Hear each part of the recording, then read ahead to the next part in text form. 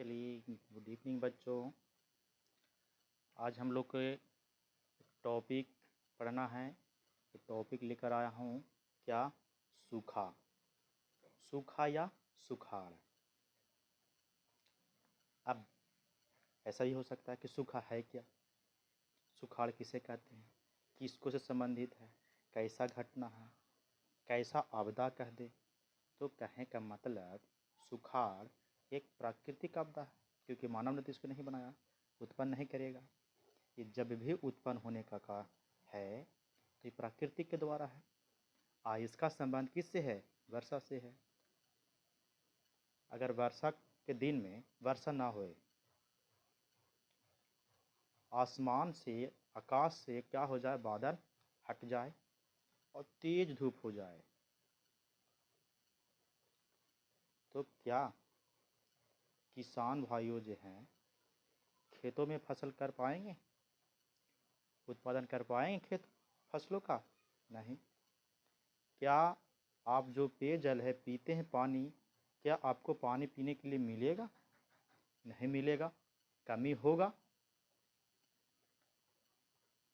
तो बहुत तरह से समस्याएं उत्पन्न होगा, पेयजल की कमी होगा। आज आप पेयजल की कमी होगा तो सर बात जाहिर है कि कोई फसल नहीं उत्पादन हो पाएगा। जितने भी वृक्ष पृथ्वी पर हैं वे सभी क्या हो जाएंगे, सूख सूख कर क्या हो जाएंगे, मर जाएगा, सब सूख जाएगा, सुहा हो जाएगा। इसी स्थिति को क्या कहते हैं हम? सुखाड़ कहते हैं। सूखा कहते हैं जिसको बोलते हैं।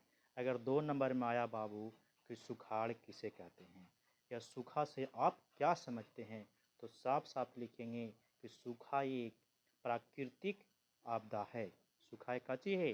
प्राकृतिक आपदा है, जिसका संबंध वर्षा से है। अगर वर्षा नहीं होगी तो सुखाड़ की समस्या उत्पन्न हो जाएगी।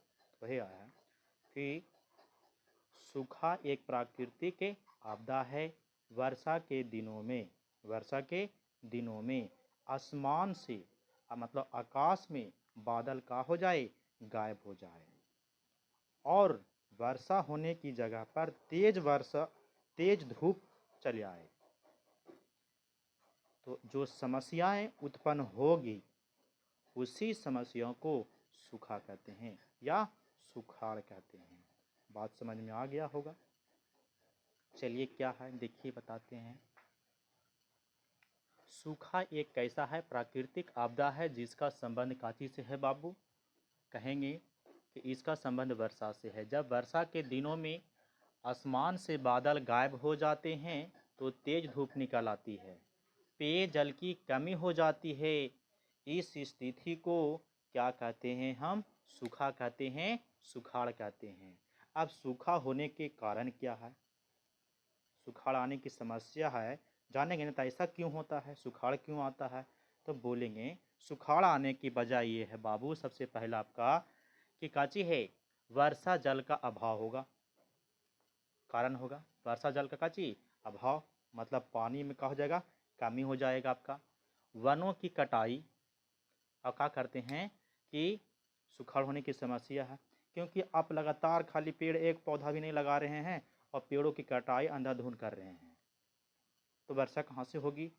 नहीं होगी। तो इस पर आपको रोक लगाना भी होगा। तो ये कह रहा है कि वनों की कटाई, जितना वनों की कटाई कीजिएगा उतना आपको सुखाड़ से समस्या से जूझना पड़ेगा। फिर आगे कहता है भव जल का दोहन। कहने का मतलब जहाँ पानी पीना है 1 गिलास, वहाँ क्या करेगा, भर लोटा या 1 जग पूरा पानी भरेगा, मुंह में लगाएगा, जुठाए जितना पिएगा वैसे ही फेंक देगा। तो पानी का दुरुपयोग हो रहा है। स्नान करना है, स्नान करने की 1 बाल्टी, अभी जनरेशन क्या है, नल खोल दिए कि आप स्नान कर रहे हैं, पानी जा रहा है। कम से कम पानी के तो महत्व समझना चाहिए था, लेकिन नहीं समझते हैं। तो ये कहता है क्या बाबू कि भव जल का दोहन, अत्यधिक मात्रा में जल का दोहन।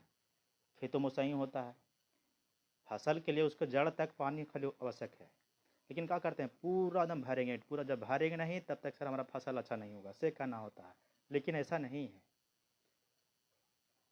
फिर उसका कहता है वर्षा जल का दुरुपयोग। वर्षा जल को कोई संग्रहित नहीं करता है। जो वर्षा हुआ वे पानी को क्या करते हैं, अपना गली से सीधा कर देते हैं कि जाए उधर में कहीं जाए, और वही पानी नदियों से नाला से होते हुए समुद्र में चली जाती है। तो गांव में आपको समस्या तो उत्पन्न होगा। अगर वो भी बचना है तो उस वर्षा के जल को आपको कहीं पे तालाब या तो गड्ढे कन के बड़े से उस वर्षा जल को क्या कर लेना चाहिए, संग्रहित कर लेना चाहिए, जमा कर लेना चाहिए, ताकि आने वाला समय में उस पानी का हम उपयोग कर सकें। कभी कभी ऐसा भी होता है कि वर्षा नहीं हो रही है, कहते हैं कि तालाब यहाँ पर होता, पोखर होता, तब पानी होता, इससे तो हम फसल कर सकते थे, लेकिन पछतावा होता। वर्षा के जल को छोड़ देते हैं, जहाँ जहाँ जाने दो, नदी में गिर रहा है गिरने दो, लेकिन क्या करते हैं, एक पोखर तालाब नहीं खनाकर उसको संग्रहित न करके पानी को जाने दो। यही समस्या यहाँ पर हो रहा है कि वर्षा जल का दुरुपयोग, इसको उपयोग कोई नहीं करता है। जाने दो, जहाँ जा रहा है तहाँ, कोई मतलब नहीं है, वर्षा तो पानी है, ऐसा करते हैं। चलिए, अगर आ गया कि सूखा होने के कारण क्या है, तो आप ये चारों पॉइंट लिख दीजिए, आपको नंबर मिल जाएगा। फिर आगे देखिए, सूखा से उत्पन्न समस्या। क्या सूखा से कोई सुखाड़ हुआ, क्या कोई समस्या नहीं होगा? तो देखिए, समस्या हम बताते हैं क्या क्या समस्या उत्पन्न होगा। पहला तो खदान की कमी होना। खदान कहने का मतलब पानी होगा ही नहीं तो फसल लगेगा कहाँ से? अब फसल लगेगा नहीं तो खदान में जितना भी खाद्य पदार्थ है, आपका खाना वाला जो है, भोजन प्राप्त करते हैं जो, वे कहाँ से उत्पन्न होगा? आपको मार्केट में अभाव पड़ जाएगा, कम पड़ जाएगा, मिलेगा फिर तो हाई रेट पर मिलेगा, ज़्यादा दाम पर मिलेगा। तो पहला समस्या तो ये हुआ। दूसरा समस्या क्या है? चारे की कमी होना। मतलब चारे की कमी कहने का मतलब ये है कि पशु मवेशियों के लिए जो है, उन लोगों के लिए क्या है, जानवरों के लिए, उन लोगों को तो चारा हरी घास चाहिए, तो ये सब तो नहीं मिलेगा। तो कहाँ से मिलेगा वो? तो जब वर्षा नहीं होगी तो बिना वर्षा के कोई भी घास हो, ती हो, ये सब कहाँ से उत्पन्न होगा? तो वर्षा चाहिए। फिर क्या चीज़ है? पेयजल की कमी होना।